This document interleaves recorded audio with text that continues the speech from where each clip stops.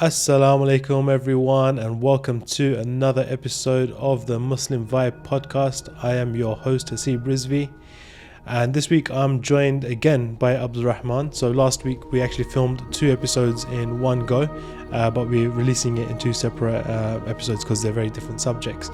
In this episode, me and Abdul-Rahman, we're going to be talking about the Metaverse, virtual reality, blockchain, NFTs, and what that essentially means for Muslims going forward. Now, this is actually a subject that I've been very, very interested in recently because it's dawned on me that this is actually something very, very important that we need to be mindful of.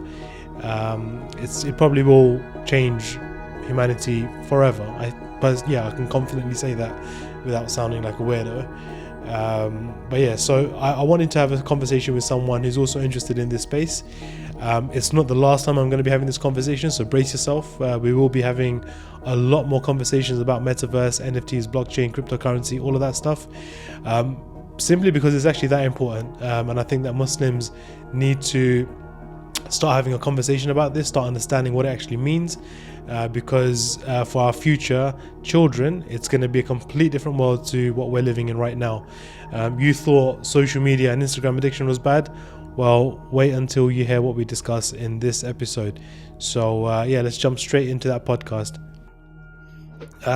So we just finished our other episode, which was talking about Pillars app, and then we kind of started talking about Apple towards the end of it, which was, to be fair, a good segue into a conversation that I've been dying to have with someone, which is the Metaverse and the future of tech, and also the future of Muslims in tech. So do you want to start off with maybe explaining what your understanding is of the Metaverse? So I wouldn't say I'm someone who's an expert in this field. It's not like something there are definitely diehards out there. But I'd say I'm more than the average person. So the Metaverse is really the virtual reality, the virtual world, right? The idea, and you please correct me if you do feel like I'm saying something wrong, but the idea of it really is that every person will have their kind of virtual parallel world that's running alongside their real world. So you can, like, for example, put on your Oculus set, so your VR set, and you enter and you might have your own house, you might have your own kind of buildings, your own golf course or whatever, and you buy them. You might buy them with kind of cryptocurrency, or whatever, really, whatever currency. And even in your world, people might pay to come into your amusement park. Let's say you own an amusement park that you've built or bought, they might pay to join it. And so, that's definitely the way that companies like Facebook want to go towards, or I should say their new name, which is Meta. That's, on a very kind of high level, I'd say that's a summary of kind of, it's like a parallel universe, but in the virtual kind of setting.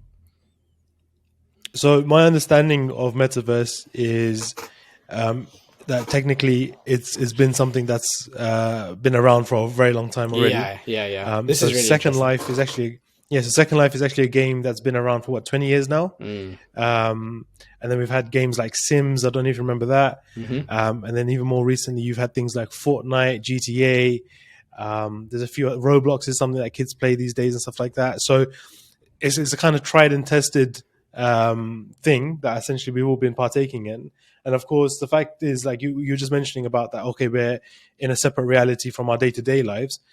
Technically speaking, social media and our current internet behavior is pretty much the same thing anyway. It's just that we're doing it on a screen, and now this is actually going to bring the screen onto our face and block out the actual reality, which for me is very scary.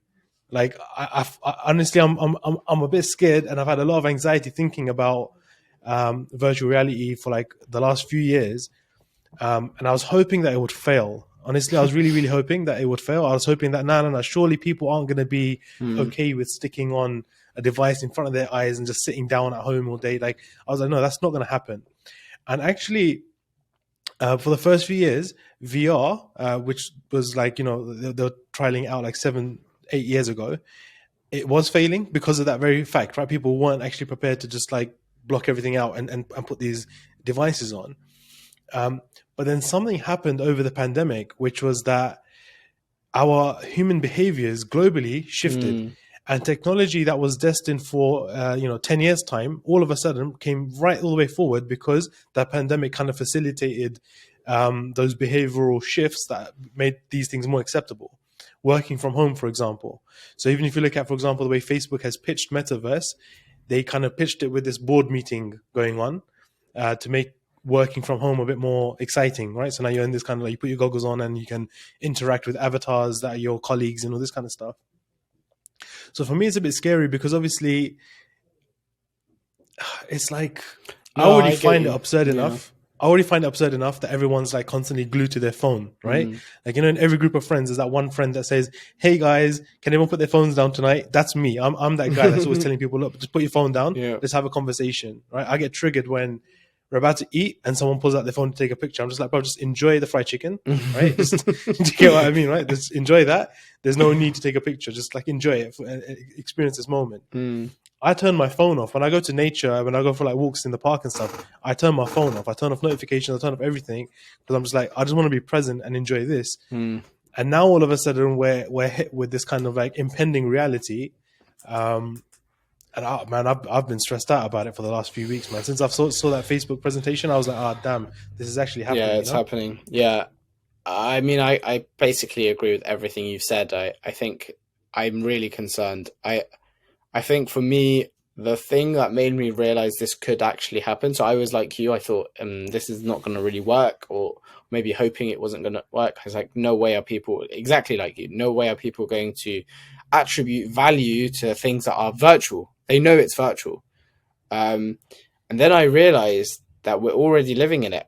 And you said it, right? With social media, you're trying to show the places you're going. You're trying to show the things that you have. All of these things are part of a virtual reality that people are living. And we see individuals that might seem to be living a glamorous life, and we attribute value to those individuals. So we have no idea what's actually happening in the real setting. No idea. But we see all of that and we attribute value to it, and we pay those people money, or we buy things from them based on that. So yeah, that was my real concern, is that, and I think that was a moment, that my kind of like trigger moment, the click in my head where I thought this could happen.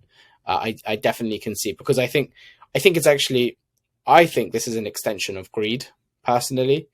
I think that when the life that we live is just not enough, you've got everything that you could want, right? We've gone way past, what is it, Maslow's hierarchy of needs. Like we've got everything that we think that we need around us, and so materialistically, I mean, of course, what can we do to kind of further that? And this virtual reality really opens the unlimited possibilities. And so I think that's why a lot of people are seeing it as potentially as an escape, and potentially as an extension. And I think that's when they can go and now you can own. So you're getting people who are buying yachts, like virtual yachts, right? For crazy amounts of money, like hundreds of thousands of pounds, virtual yachts.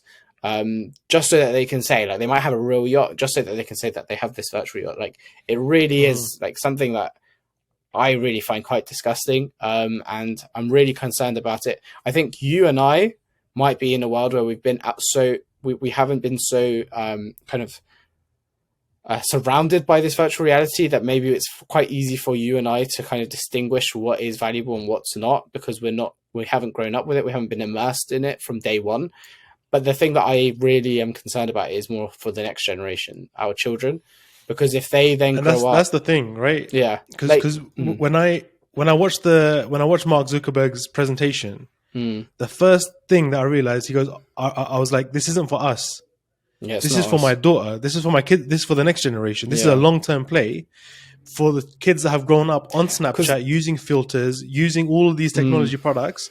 It's for them. Because for us, we've experienced. They need like to a mountain, attribute. You get what I mean? They need to attribute value to it. And for us, it's not going to work, because you have to re-engineer the way that we think about things. So it's really hard. But when you've got a fresh canvas, a fresh brain, and you know what? The example of social media is a really good example, because we grew up with that, right? So we started attributing value to things in the virtual world of social media. And we didn't realize it. And we only started to notice the difference when we had something to compare it against, which was this more like obvious VR world, this more obvious virtual reality world. So now we're kind of seeing that with distinguishing line. For them, they're going to grow up what was our social media, but in the metaverse. They're going to grow up where going home and going on your phone, for them, it's going to be going home and putting on a VR set, potentially. So they're going to go up and they're not going to see that. And that's when their values, where they attribute value is going to be much more in the metaverse, and they won't be able to distinguish essentially. So yeah, I think like it, I think I at least was naive to think that this wasn't going to be possible. I think like when you really think about, when you realize that social media, it's already happened to us, basically, you realize that it can happen at that next level. So yeah, it's concerning. Yeah, no, because obviously, like even right now, and this has been happening for the last like what 4 years now, right? Like games like Fortnite, Roblox, Minecraft, right? Young kids are in this, like heavily addicted and just constantly like involved in the situation, right? Where they're just playing in this like virtual world. And it's not all bad, you know, it's not all bad, right? Like they could be playing GTA, right? Like, and then obviously like I enjoy GTA personally, like disclaimer. But like, you know, I could never kind of bring myself to like actually sitting down now and building a whole new life in GTA and starting a whole character. I'm not in it for that. Do you get what I mean? I'm just there for a quick little 5-10 minute game session. But this younger generation of kids, and I sound like an old grandpa now saying, "Oh, these younger generation of kids," they've grown up with this being the norm, right? Like this level of technology being the norm. When I play PlayStation, half the time I'm playing in awe, thinking, "Oh my god, wow, look at this!" Like 20 years ago, I was playing Sega Mega Drive, and now look where we are, right? But like a 5-year-old now, I'll tell you a story, right? And this is so strange, right? Yeah. So my little one, she's 3 years old. When she was born, I had a Mercedes at the time, and it had like this voice assistant feature, right? So I'd be like, "Hey Mercedes, take me to work," or "Hey Mercedes, take me XYZ," right? And so she grew up literally from birth, just seeing that as being like a normal thing, right? And then she did I sold the new car, didn't she? Check this out. So we're in my I bought another car. It was still a Mercedes, but it was an old one that didn't have the voice assistant thing, right? She goes, "Baba, how are you gonna go home?" she goes, "Baba, if it doesn't have Hey Mercedes, how are you gonna go home?" And I'm like, "Oh my god!" Right? Yeah. And then even more recently, she goes to me. I was trying to use Siri, and you know how Siri is like so buggy; it doesn't ever work really, right? So she goes, "Baba, use Google instead." I'm like, Jesus Christ, you're 3 years old, man. I'm like, how do you know this stuff? But I was like, well, you know, that's just the reality now, right? Like that's how it goes. And so yeah, this whole metaverse thing is really it's about that future generation, the next generation, the kids right now.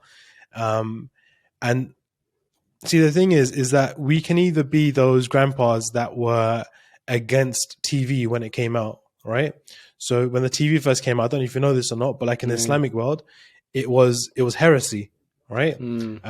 There was actual like fatwas against having TVs in your house, okay? Because it was seen as, oh, this is the devil's instrument. I mean, looking back at it, they probably were a bit right. It's one of the signs of the day of the judgment, actually, that there will be a device that causes fitna that will enter every house. It's probably the TV or the mobile phone, one of the two. There you are. All right. So either way, all right, exactly. And before that, it was even the radio as well, by the way. So the radio was seen as like some sort of like form of heresy, right? And before that, the printing press. Okay. So with each kind of like advancement, let's say in media and our engagement and consumption with it, there's this kind of like watershed moment where there's a decision that needs to be made. And then what's happened previously in history is that Muslims have, and I use that term generally, they've been resistant to this change. Okay, so they were resistant to TV. Then they realized, oh wait a sec, this is a losing battle. Let's jump on it ourselves and put Islamic TV channels on there. Okay, internet, same thing. No, this is wrong. Look at all the things you can access on the internet. Boom! All of a sudden, now there's where say we can actually put Quran on the internet, right? So then, 1995 times there were people actually making an effort to start compiling hadith and Quran on the internet. Social media, same thing. Social media happened. Everyone's like, oh, no, this is really, really bad. We can't have social media. But then, nevertheless, everyone joined social media. And even more recently, TikTok, right? So TikTok, by the way, which is a big watershed moment in our consumption of media, because that's a complete different thing, man. Like, that's rewired everyone's brains, right? I could do a whole episode just speaking about like the dangers of TikTok, but like it's also beneficial. Short attention spans, and it's reduced it, bro. It's reduced attention span to seconds.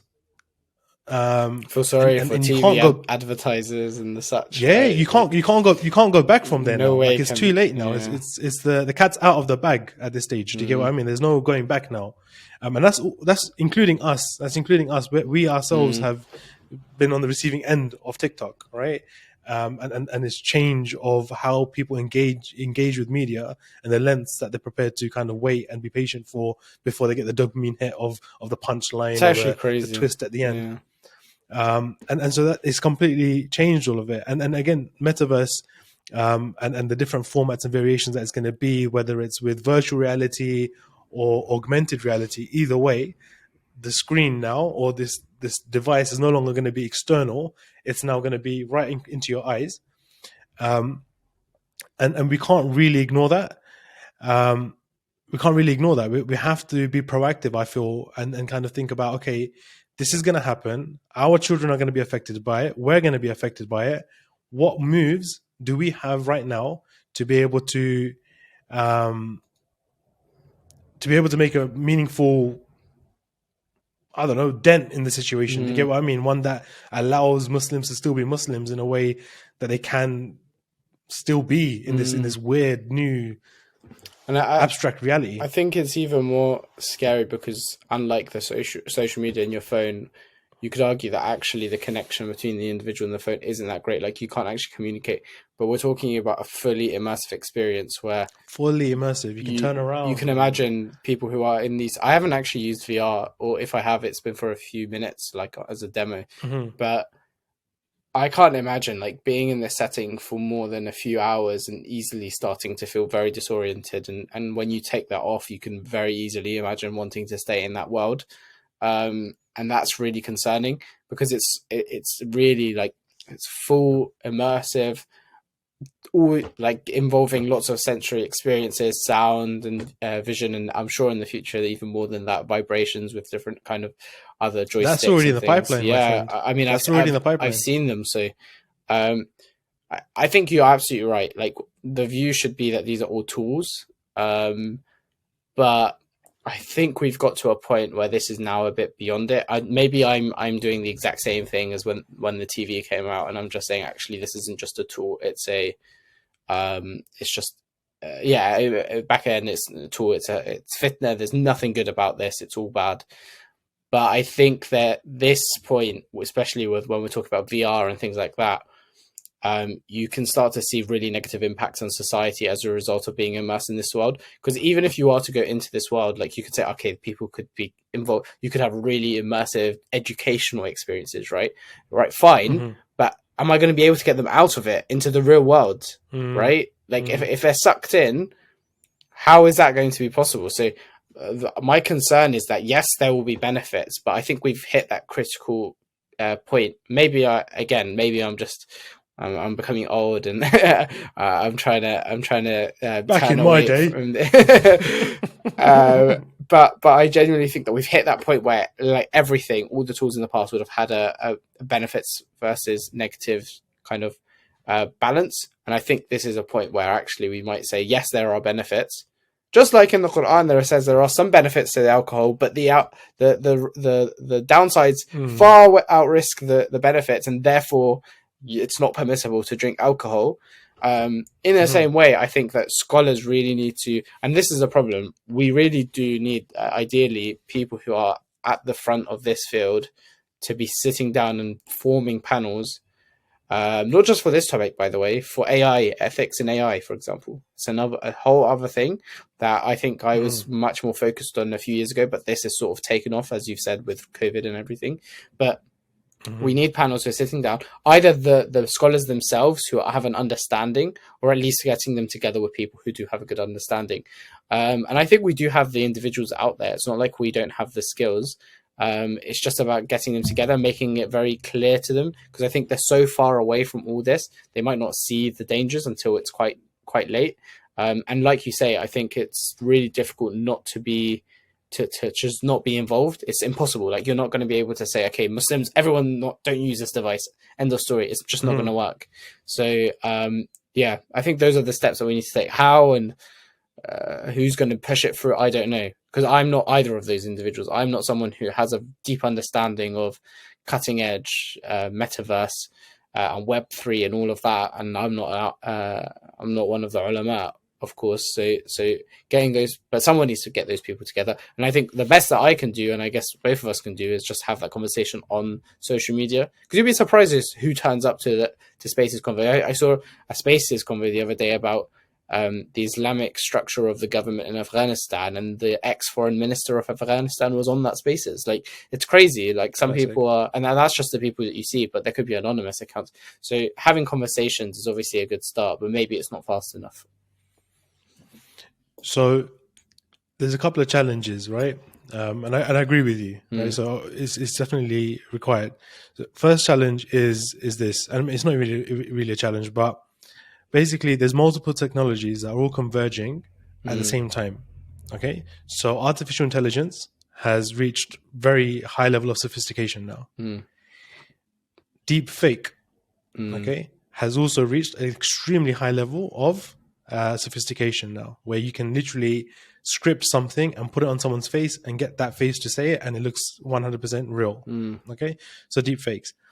Then you've got graphic technology, gamings. All right, so Unreal Engine recently previewed their new release, which basically is as close as we've been to so far in terms of creating photorealistic game graphics.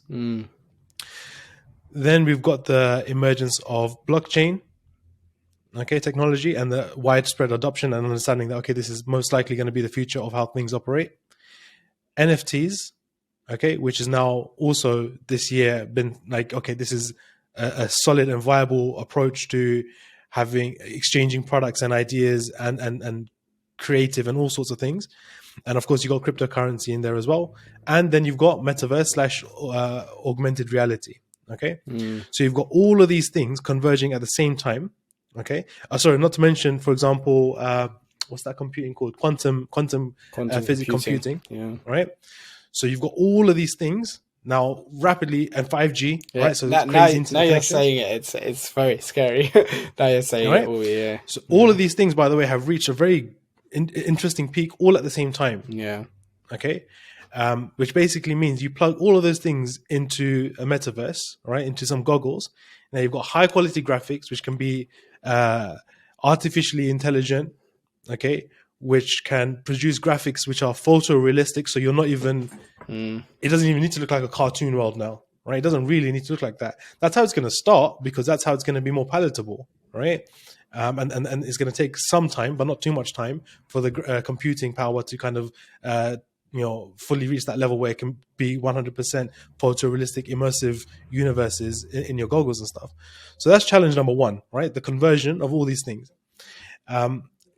The second thing was that because of the hyper-connected reality of the world today, the fact that you can tweet something and someone in, like you just said, Afghanistan or the Middle East can pick that up and run with it, okay, means that ideas are being shared faster than ever before. Okay. And in fact, there's a culture on the internet of sharing ideas and collaborating and helping each other and taking each other's code and adding to it and all that kind of stuff. Yeah. So actually the speed of development is very, very high, and it'll only get faster. So you're kind of dealing with a couple of things here. So you've got the convergence of all these technologies, but then the speed in which they're going to develop and kind of interact with each other, way too fast, like faster than the average human being can kind of like handle, unless they're fully like just doing research on this stuff and learning about all of this stuff. And then the third thing that we've got to contend with is the fact that, generally speaking, Muslim scholars, and I say this generally because I know that there are a lot of people that are engaged with this stuff. They're usually very late to the party on these things, and their understanding can sometimes be very kind of narrow-minded. And I mean that respectfully. When I mean narrow-minded, it means that sometimes, like for example, there was a council, Islamic Council of Indonesia or something like this. They just straight up said cryptocurrency is haram, right? And so you've got all these things, and now as a result of like not really having that expert insight, and to be fair, it's going to be hard for them to gain that expert insight. The kind of conversation around Islamic ethics in this new reality that we're it's here. It's a bit of a concern, but I don't think it's the be all and end all. I don't think it's doom and gloom. I'm gonna share some ideas with you. So me and my father-in-law were having a conversation about metaverse, cryptocurrency, all of this stuff, and he's really big on that kind of stuff. God bless him. He's like very into finding out what the next trends are and stuff. He goes to me, "See, listen, my one advice is that you figure out what you're gonna do in this new reality because it's happening." And I was like, "Oh, damn it!" So now I'm like, I can't sleep, bro. Honestly, I've had anxiety about it. I'm like, what am I gonna do, right? Like, I make branding and websites right now. What does that even mean in 10 years' time, right? That's like the uncles that still have the shops. Yeah, yeah. You know what I mean? I see what you're saying. Yeah. The job market is very dynamic, and it's going to continue being. But what are these job roles even? Yeah. Right? Like, you can have an idea, but what does it even mean? These job roles aren't even properly identified yet. They're not even, you can't even say what it is that you do. So here's the idea. And in interest of our last conversation, which was about sharing ideas and hoping that, it all works out. Like I said, we can either be those doom and gloom uncles and say, this is wrong, we shouldn't engage with it, stay away from it. Or we can be proactive and ensure that from the outset, we ensure that Islam and the Muslim identity is protected in this new space. So the idea is the metaverse's first mosque. Okay, now it's all well and good me saying that. I have no idea what that means. But basically, what I've imagined in which metaverse is right. Of course. Which metaverse? So you've got to decide which one you're going to go for. For example, you got Facebook Horizons, you've got the Sandbox, Decentraland. There's a few others as well. But essentially, they're all different players, and eventually one will emerge as the standard. So building a mosque in the metaverse. Now, our engagement and interaction with mosques, especially as Western Muslims, has fell short from what the Prophet had envisioned a mosque to be. I think that's fair to say. Yeah. Oftentimes our sisters will go to the mosque and they're turned away because there's no space for women. Oftentimes reverts will go to mosques and get suspicious looks. Oftentimes you're from a different madhab or a different sect and you get stared at differently because your rituals and your way of praying is not accepted. Okay, so the mosque in many ways has fallen short as we know it today, right? As a result of human error. So there's an idea that I had, which is, okay, let's build a mosque in the metaverse, which is governed by rules written democratically from the people. Okay, i.e. crowdsourced ideas for what a mosque should be. Yeah. And obviously with blockchain technology, you've got these smart contracts, right? So it's done now. There is no getting out of it kind of thing. This is what the rules are. This is what the rules are. Yeah. But it could be a great space now, for example, where you go into this mosque in the virtual world, right? You've got your goggles on, you turn up, you walk in, and you've got these different rooms, right? Now, obviously, we can design this mosque as beautifully as we want without having to waste actual money that could be going towards poor people, all right? Which is another flaw in modern mosques. And you can have these different rooms. So now, for example, you have one room, which could be an art gallery of Islamic art, which are NFTs, right? Individually owned, but presented here in a gallery of NFTs, which is quite cool. NFTs can obviously be 3D, they can be 2D, they can be functional, they can be various things. Then you can go to another room, for example, which is lectures, right? So like this is where you go for the pulpit, but you can choose, for example, which lecture or which sheikh, for example, or which specific topic that you want to learn more about. All right. So now you're not limited to the physical capacity of that mosque and what they're able to serve and provide. We can also have a space now where, for example, young Muslims can interact with scholars and ask questions in the virtual world. So they can engage, for example, with a scholar in another side of the world who happens to be in that room at the same time, for example, and ask their questions in a physical space where naturally it's more easier than, for example, sending an email or, these question and answer websites where you have to wait few months for a reply and stuff. And then even then you don't get to kind of do a follow-up and stuff. So it could be a good way to actually bridge that gap now where people can actually talk to the imams and scholars. Who would the imams be? Would they be actual people? Yeah, they could be actual people. They could be actual people. There could be one room, for example, for matchmaking even. All right, where people can actually like matchmake in this kind of virtual space publicly. So it's not like some confined haram space, right? And have these conversations about marriage and so on and so forth in this virtual space. But it's all taking space within this meta mosque, let's say, that essentially serves the functions and needs of the Muslim community as a mosque is meant to, but in this more virtual world and reality. I think it's really interesting. I think going back to like the earlier kind of things that we were saying, I think the metaverse has the potential to definitely improve accessibility, improve access to these things. And you've mentioned some of them, but some of the challenges still exist. Like, for example, we've got technology now that means that I can call someone who's on the opposite side of the world, like an imam. I mean, generally you should seek someone who's local, but let's say for whatever reason, I could do that. And there was a problem that I had that could be addressed by someone like that. I could easily do that via FaceTime or a phone call, right? But it doesn't exist.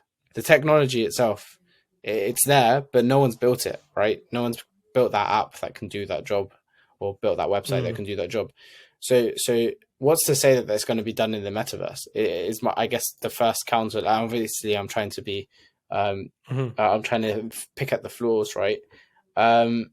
So definitely better access. The other thing is that we talked about like the mosque being unfortunately it's not attracting youth's attention. I think the fact that it's in the metaverse definitely helps because they obviously get to actually see it if they're not seeing the mosques in real life, but you want to be where they are, right? So you want to be in front of them, and if they're in the metaverse and being in the metaverse there with them, then hopefully it improves the chances of them engaging. But you will still have issues, for example, of them spending their time. Would they prefer to spend their time in the meta mosque, or are they going to go towards the obscenities that exist, for example, now with social media? Now this is a challenge, right? You want to get your child to go Jummah, they'd rather stay at home and go on social media, or do whatever, or play PlayStation. So the issues still exist, but in a sort of higher level, right? So that's my concern really, is that it takes a lot of the problems that exist and it sort of or a lot of the good things and a lot of the bad things, and it amplifies them. So yes, theoretically you can improve access to imams and stuff, and you can do it in a way that feels very personal, even though you might be very far away from them. But at the same time, you're having these issues of like the service, is it going to be set up in the first place? The other things in terms of I think one of the interesting questions is will this all be allowed to happen? Because fundamentally, this whole Web3 movement is very much about like there is not one specific owner. This is a collaborative movement, right? And you've been talking about collaboration a lot, and the current structures and the current powers that be right at the state level, but also generally in capitalist societies, which is what we live in. The general approach is to hoard power and wealth and ownership into a certain subgroup of individuals. So this idea of everyone has this like metaverse and everyone's sharing collaborative, I think fundamentally it detracts to what's going to probably be happening on the outside. We're going to get very consumed in this world, but there'll be fundamentally really big players at the top who will control everything and take a lot. And I think there's a potential risk of that happening. Like at the end of the day, those individuals, as much as they want to say that they care about us, fundamentally they're thinking about building their own wealth and building. So, and interestingly, they're corrupting value in the eyes of people. So it could actually turn to shoot themselves in the foot, because what they see as valuable for them in a capitalist society with fiat currency, with the pounds and dollars that you've got, it might turn out people might not care about that sort of stuff anymore, because you can buy these $200 headsets and do everything virtually, and you can build currency, virtual currency in a very different way than you do now. And there's very little incentive to go out and do your job, because all you need to do is just eat and live in your virtual reality. You could live in a trash pile for all anyone else cares. As long as your virtual world's looking good, then that's what everyone else, that's how you feel, right? Emotionally, that's how you're going to feel about yourself. So yeah, I think really interesting points. I think it's definitely needed, and it will probably happen. I'm just concerned that it's still whilst the mosque might get better, this meta mosque might have more features and functionality, and the modern mosque doesn't serve it. I think the issues is that so will the sort of obscenities and the other issues like TikTok and that. Like, think about that, but 10 times worse. And you're contending against that. So whilst your mosque is going to get better, so is the other stuff. So, it's going to get worse. Sorry. So yeah, I honestly, oh, that's my light. I honestly don't see. I'm not very optimistic. I'll be very, very honest with you, but I do see this as being like the future of things to be. But I'm just not. I don't think it's good. Like, even NFTs. I had that realization, right? That NFTs, like, what the hell is this stuff? Like, people are selling and buying graphics. Like, I can just download it off Google Images, right? Like, why would I need to pay for that? But it's not about that. It's about like a Chanel bag. Why do you pay £1,000 for a Chanel bag, right? Fundamentally, the material is not worth £1,000. So you could buy very, very much the same quality and buy it for £100 or less, right? But because of the brand, because of the value that you attribute to that thing, and the fact that the person's owning that thing means that they have more value in the eyes of the beholders. That's why you buy a Chanel bag, right? It's to make an impression to other people. And that's exactly why people are going to buy NFTs.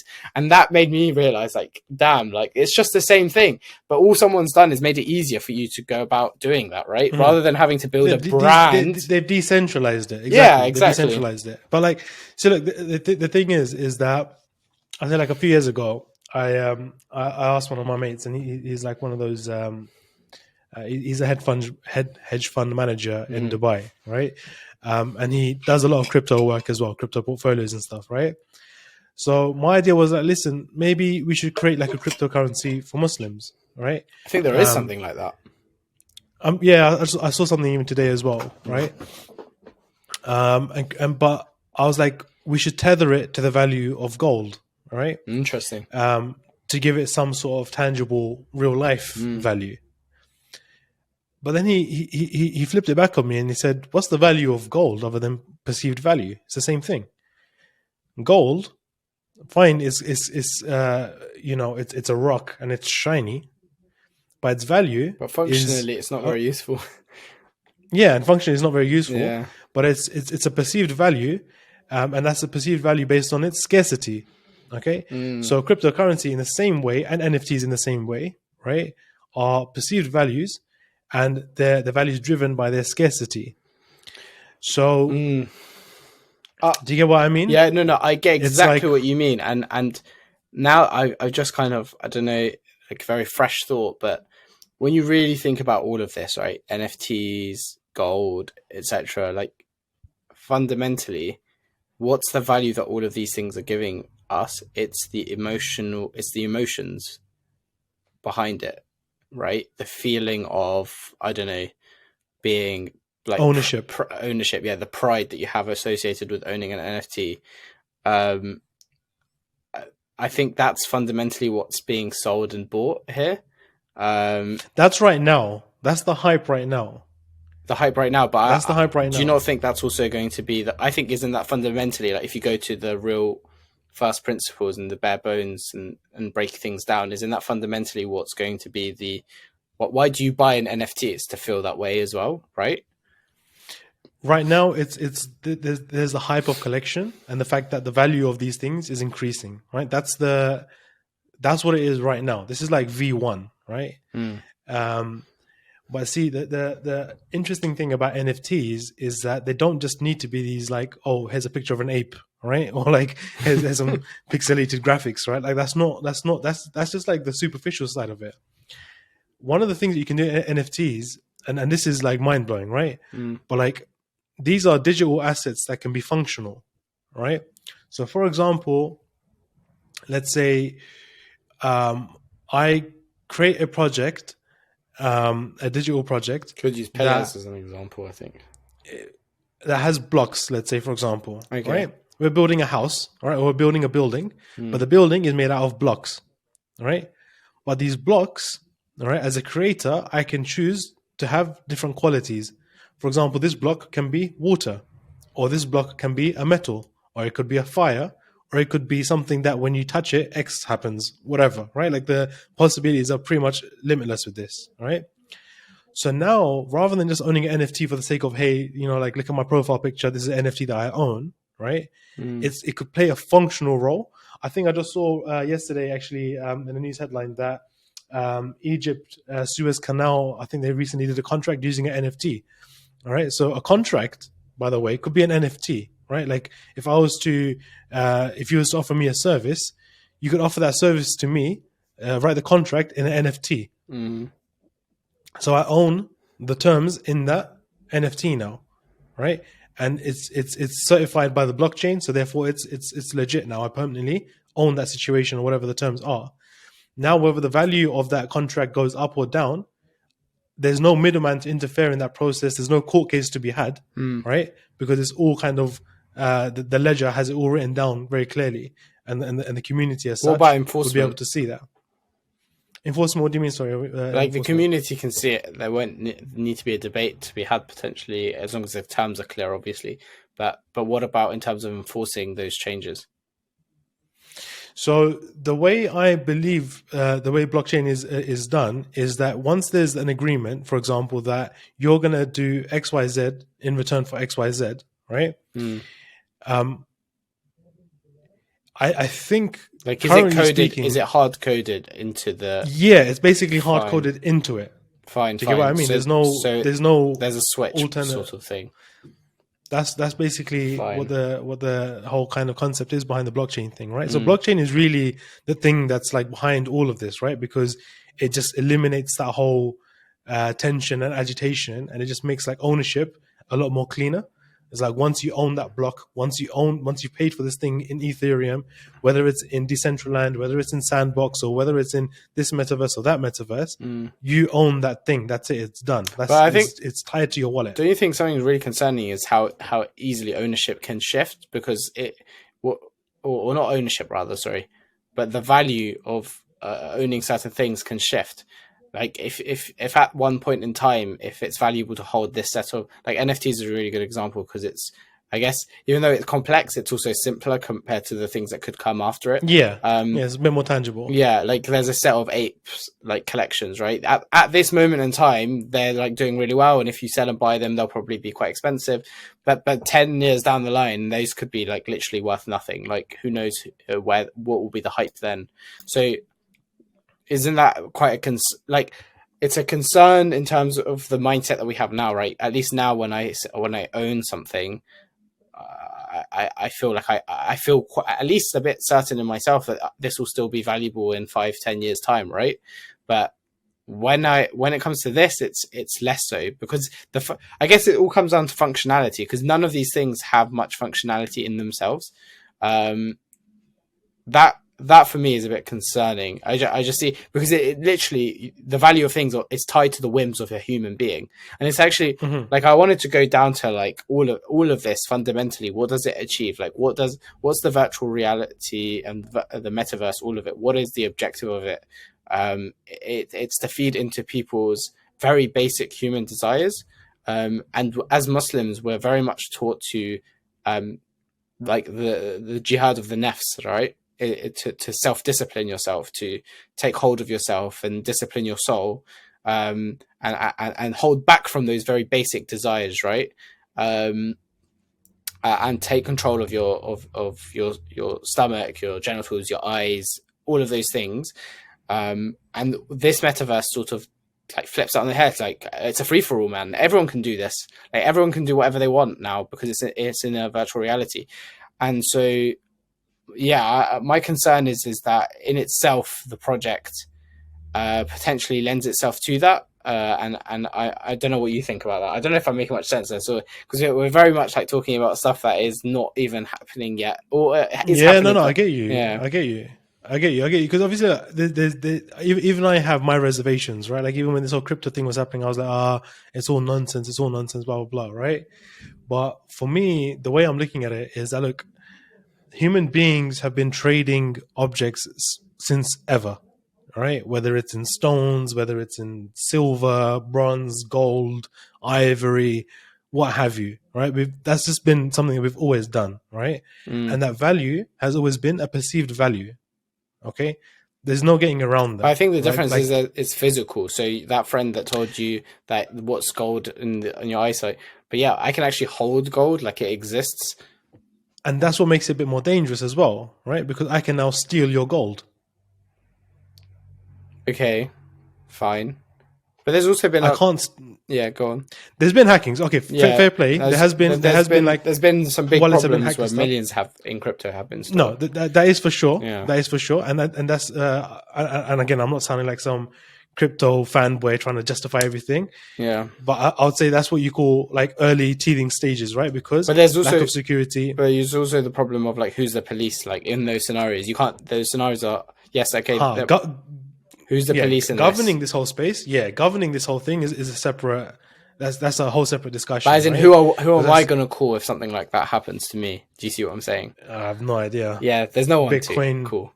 At Bitcoin. Try tweeting. No, because I actually remember listening to I think a podcast from IFG about this very topic, like about what millions of pounds worth or millions of dollars worth of Ethereum, I think it was stolen, and there's nothing that you can do in that situation other than try and patch things to hope avoid it happening again in the future. In that very moment, there's literally no one you can't go to the police. Like they're so far behind. Yeah, where do you even start? Yeah, where would you even start? Like, I mean, the problem would probably start at like, has anything actually been stolen from you? Like, I'm sure they'd have to try and figure that out first. Sorry. I've got a very unstable. See, in the virtual reality, yeah, Abdul-Rahman, you wouldn't have issues with your lights. That's true. That's very true. There would be an NFT providing lights. You know what it is? It's there's a wire is caught onto my chest. Every time I move back, it's pulling it forward. But anyway, there you go, man. See, wires. We don't need wires, bro. Let's go wireless. Wireless. Nah, I hear you. Look, I've got my reservations as well. What I'm trying to do is I'm trying to flip my mindset to be a bit more optimistic because it's like all I'm trying to be mindful is that there was a generation before us that opposed the TVs, that opposed radio, that opposed the printing press, that opposed the internet, opposed social media. Okay, and ultimately they're the ones that lost influence in the world. Okay, and as a result of them not being optimistic or seeing what they could potentially achieve in a positive way, they remove themselves from the situation to the detriment of the next generation, right? I.e. us. Yeah. That's the only thing that I'm trying to be mindful of here. How much of our lives do you think the metaverse will take up? Okay. Our lives, i.e. this generation of me and you, I don't know if you classify yourself as a millennial or not. I think by the time we're 60, it will probably be about 80% of our lives. So I'm just thinking, 80% of my time I'm spending it in the metaverse, potentially. What am I doing in those 20% of times? Like, do you think that there could actually be a significant amount of neglect that happens in the real world? 100%. And do you think people could capitalize on that as a result? It can definitely happen. Yeah, it can definitely happen. Like, as in, without sounding like too conspiratorial, right? But like, you remember the first Matrix film? I actually haven't watched The Matrix.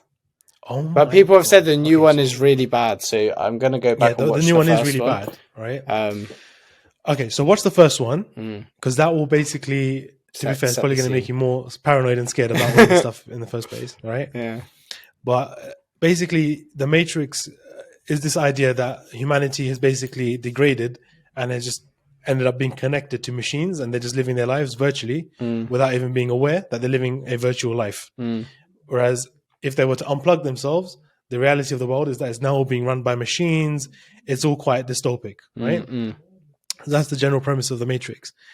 And the fact that the new movie, as bad as it was, came out now, without being too much of a conspiracy theory guy, that kind of gave me a little bit of a shiver. And I was like, what's going on here, right? Because for me, it's just like, I don't feel. I know it sounds a bit stupid, but I feel like sometimes films are released at certain times. I know there's no WhatsApp group of shayateen suggesting when they're going to drop a new feature or a new music video or something like that. But I do believe that there is some system at play of demonic powers, whether you want to call it shaitan or whether you want to call it dajjal, that instruments when these things are going to happen. And it's kind of like a way of making bad things palatable to human beings. All right. So we see death and destruction. We become normalized to death and destruction. We see humanity being enslaved. We become normalized to that. So, yeah, I don't know, man. It's just I feel like we have to remain somewhat optimistic. I feel like, for example, I'm here in California right now, right? Like one of the things I want to start doing is, bro, there's a lot of Muslims involved in Silicon Valley. Yeah, there is. There's a lot, right? Like in high positions as well. Yeah, right? Like not even like, just some guy working in the messenger department or something like that. No, like there's people at the high level. And I feel like they, like us, they're human beings, okay? And they'll be open to conversations and dialogue around the conversation about like ethics and morals and how can we safeguard Muslim identity interests in general. But the only way that we're going to be able to have any influence in this space is by participating in it, not by being people on the sidelines saying, no, this is wrong or that's good, whatever. We have to be involved in it to shape it. And I think that blockchain and this whole movement towards Web3 and decentralizing everything, it allows us to have that influence, supposedly, until, I don't know, some powers that be decide to just turn our switch off and then we don't. I don't know. I don't know.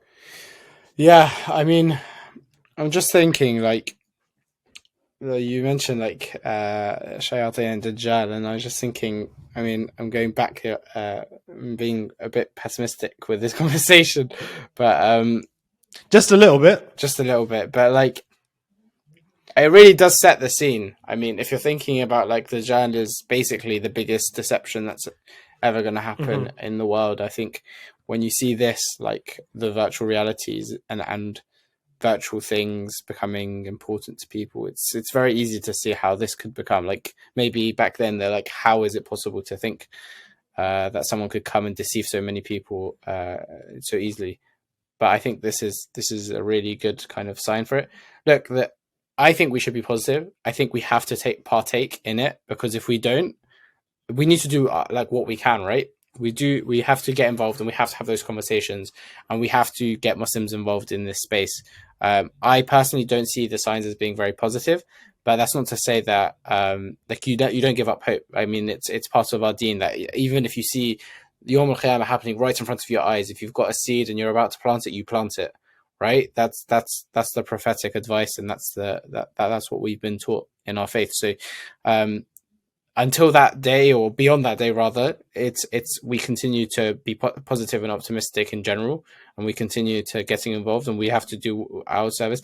And fundamentally, what we do and our intentions and our actions, we're going to be judged as it individually. So whatever happens around us, it's up to us to do our best as individuals. So I agree. I think we do need to get involved. Inshallah, it doesn't turn out in that way, but I think there are positive aspects to this at the end of the day. I think at the moment, the leaders and those who are building these worlds and the metaverses at the moment are individuals who are people who don't subscribe to the same kind of values and beliefs that we have. So like, it would be good to have a Muslim, like really like taking it a notch up, rather than just having a mosque in it, having a Muslim entire metaverse is how I would approach it, and decentralizing that because it's happening, and giving people an alternative, because people will still have, like, just like how Instagram now and that report that like showed that it was making girls more suicidal, self-harm and all of those things.